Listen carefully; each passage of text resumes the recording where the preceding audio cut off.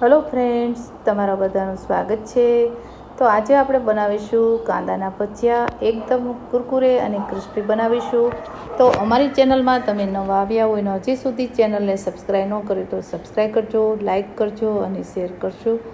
તો ચાલો આપણે બનાવવાનું ચાલુ કરીશું। તો અહીંયા આપણે વરસાદનો માહોલ છે એટલા માટે આપણે કાંદાના ભજીયા એકદમ સરસ ટેસ્ટી અને કુરકુરા એવા આપણે બનાવીશું। તો અહીંયા કાંદાના ભજીયા છે તે મારાથી ખૂબ જ સરસ એવા ટેસ્ટી અને સારા એવા બને છે। તો આ મારી રીતે એકવાર ટ્રાય તમે જરૂરથી કરજો અને આ હું બનાવું એ રીતે જ તમે બનાવશો તો ખૂબ જ સરસ ટેસ્ટી એવા બનશે। તો અહીંયા ડુંગળી છે તેને ઝીણી ઝીણી એકદમ સ્લાઇડ આપણે કરી લઈશું એની, અને આ રીતે તેના પાર્ટ છે તે ખુલ્લા કરી નાખવાના છે। તેનાથી ખૂબ સરસ એવા ટેસ્ટી બને છે ભજીયા। અને ગુજરાતીઓના ઘરમાં વરસાદ હોય ત્યારે આ ભજીયા અચૂક બનતા હોય છે, મેથીના બનતા હોય છે અથવા તો ડુંગળીના બનતા હોય છે। તો અહીંયા આપણે આ રીતે જ એકદમ ઝીણી સ્લાઇડ આપણે કરી લઈશું એટલે તેનાથી એકદમ કુરકુરા અને ક્રિસ્પી એવા આપણા ભજીયા બનશે। અને આમાં ફક્ત આપણે 2 વસ્તુ એડ કરવાની છે। તો અહીંયા આપણા કાંદા છે તે સરસ એવા સમારાઈ ગયા છે અને આ રીતે તેના પાર્ટ ખુલ્લા કરી નાખીશું। લોટ બાંધતી વખતે બધા પાર્ટ છે તે ખુલ્લા થઈ જશે। અહીંયા એક બાઉલમાં આપણે કાંદા છે તેને એડ કરી દઈશું અને તેમાં આપણે 2 મસાલા છે તે એડ કરી દઈશું અત્યારે। તો અહીંયા આપણે લીંબુ એડ કરીશું અને સ્વાદ પ્રમાણે આપણે મીઠું એડ કરીશું। તો અહીંયા મીઠું અને લીંબુ એડ કરવાથી આ જે કાંદા છે તેમાં એક રસ થઈ જશે અને જે ભજીયા બનાવીશું કાંદાના તેમાં ખૂબ સરસ એવા ટેસ્ટી બને છે। તો તમે આ રીતે ક્યારે ન બનાવ્યા હોય તો આ રીતે તમે જરૂરથી ટ્રાય કરજો। તો અહીંયા મેં એક લીંબુ છે તે લીધું છે અને તેને એડ કરી દીધું છે। હવે અહીંયા હાથને આપણે અડકવાનો નથી અને આ રીતે આપણે બાઉલમાં એડ કરીને આ ઉપર નીચે કરીશું એટલે તેનો મસાલો છે તે સેટ સુધી લીંબુ અને મીઠું છે તે બેસી જશે। હવે અહીંયા આપણે એને 10 મિનિટ સુધી રેસ્ટ આપીશું એટલે તેમાં એકદમ ડુંગળી છે તે એબ્ઝોર્બ કરી લેશે મીઠું અને લીંબુ।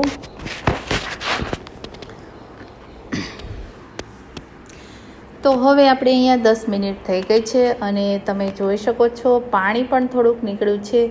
તો આપણે પાણી છે આમાં ડુંગળીમાં ઓલરેડી હોય છે અને આપણે લીંબુ એડ કર્યું છે એટલે તેનું મીઠાનું અને લીંબુનું પાણી છે તે નીકળ્યું જશે। એટલે અહીંયા આપણે બિલકુલ પાણીની આપણે એડ કરવાનું નથી, કદાચ જરૂર પડે તો 2-4 ટીપા આપણે એડ કરીશું। તો હવે એમાં થોડાક એવા મસાલા આપણે કરી લઈશું। તો 1/4 સ્પૂન જેટલી આપણે હળદર પાવડર એડ કરીશું, 2 ચમચી જેટલું આપણે લાલ મરચું પાવડર એડ કરીશું અને 1/4 સ્પૂન જેટલી આપણે હિંગ એડ કરીશું। હિંગ એડ કરવાથી તેનો ટેસ્ટ પણ સારો આવશે અને વાયુ ગેસ પણ થતો હોય તો પણ આપણે થશે નહીં। અને ગરમ મસાલો જે છે તે પણ મેં અડધી ચમચી જેટલો એડ કરી દીધો છે। અહીંયા ગરમ મસાલો છે તમે રેગ્યુલર વાપરતા હોય તે એડ કરવો। હવે અહીંયા 4 જણા સર્વ કરી શકે એટલો આપણે ભજીયા બનાવીશું। તો અહીંયા મેં 2 કપ લીધા છે, વજનમાં જોઈએ તો 200 ગ્રામ જેટલો લોટ છે। તો હવે અહીંયા આપણે લોટ 1.5 કપ જેવો મેં અહીંયા એડ કર્યો છે અને તેને બરાબર આપણે મિક્સ કરી લઈશું। કેમ કે મીઠું છે તે આપણે અગાઉ એડ કરેલું છે એટલે આપણે મીઠું એડ કરતા નથી। હવે અહીંયા આ રીતે હાથથી મસળવાનો છે, આપણે 5 મિનિટ આ રીતે મસળશું એટલે આપણો લોટ છે તે સરસ એવું બેન્ડિંગ આવી જશે। અહીંયા લોટ 1/2 કપ જેવો હતો તે પણ મેં એડ કરી દીધો છે કેમ કે મને નકરા કાંદા દેખાતા એટલા માટે મેં થોડોક લોટ એડ કરી દીધો છે। તમને એવી જરૂર હોય તો તમારે એડ કરવો અને આપણે પાણી છે તે બિલકુલ એડ કરવાનું નથી। આ રીતે બધો મસાલો છે તે થઈ ગયો છે। હવે થોડીક એવી પાણીની આપણે જરૂર પડી એટલે 1/4 સ્પૂન જેટલું આપણે પાણી છે તે એડ કર્યું છે અને 2-4 ટીપા આપણે કહીએ તો આ રીતે આપણે મસળી લઈશું। અને મારી રીતે આ ભજીયા છે તે ખૂબ જ સરસ એવા ટેસ્ટી બને છે અને ક્રિસ્પી અને કુરકુરા બને છે। તમારે સોસ સાથે અથવા તો એમનામ પણ તમે ખાઈ શકો એટલા ટેસ્ટી બને છે। હવે અહીંયા મેં એક કઢાઈ લીધી છે ને તેમાં તેલ પણ ગરમ થઈ ગયું છે। મેં અહીંયા તેલ છે તે અગાઉ ગરમ કરવા મૂકી દીધું છે। તેલ અહીંયા થોડુંક વધારે ગરમ થઈ ગયું છે પણ તમારે મીડિયમ રાખવાનું છે। મેં ગેસ બંધ કરી દીધો છે હવે અહીંયા આપણે એકદમ સ્લો ગેસ રાખી અને આપણે આ કાંદાના ભજીયા છે તે તળવાના છે, કેમ કે આમાં જેમ ધીમો તાપ હશે તો એકદમ સરસ એવા કુરકુરિયા અને ક્રિસ્પી એવા આપણા ભજીયા બનશે. તો હવે અહીંયા આપણે આ ભજીયા છે તેને 2 થી 3 મિનિટ જેવું આપણે કૂક કરવાના છે.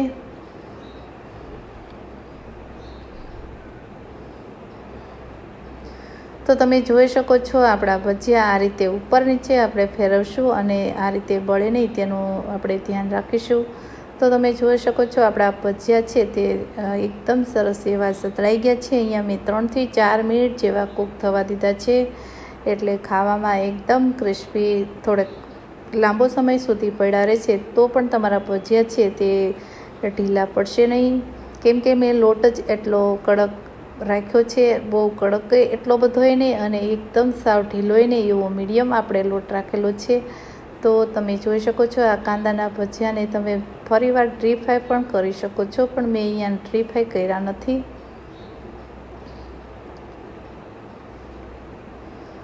તો આ રીતે બધા કાંદાના ભજીયા છે તે આપણા બધા તળાઈ ગયા છે.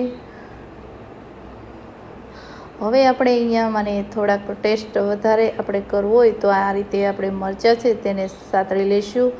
આ રીતે મરચાં આપણા સતળાયેલા હશે તો તેનાથી ખૂબ સરસ એવા ટેસ્ટી લાગશે ભજીયા, કેમ કે આપણે એમાં મરચાં છે તે એડ નથી કર્યા, પણ થોડીક તીખાશ હોય તો મજા આવશે આપણે ગુજરાતીઓને અને ટેસ્ટ પણ સારો એવો આવશે. અહીંયા બાળકો હોય છે તે સોસ સાથે સર્વ કરતા હોય છે, પણ મોટા ઘરના સભ્યો હોય છે તેને મરચાં અને આવી તીખાશ હોય તો વધારે મજા આવતી હોય છે. તો અહીંયા આપણે મરચાં પણ સતળાઈ ગયા છે. હવે અહીંયા આપણે સોસ લઈ લઈશું. તો તમે આ કાંદાના ભજીયા છે તે સોસ સાથે પણ સર્વ કરશો તો એટલા સરસ ક્રિસ્પી અને ટેસ્ટી એવા લાગશે. તો આ રીતે આપણા ભજીયા બની અને અહીંયા તમે જોઈ શકો છો. તો આપણે સોસ સાથે સર્વ કરીશું.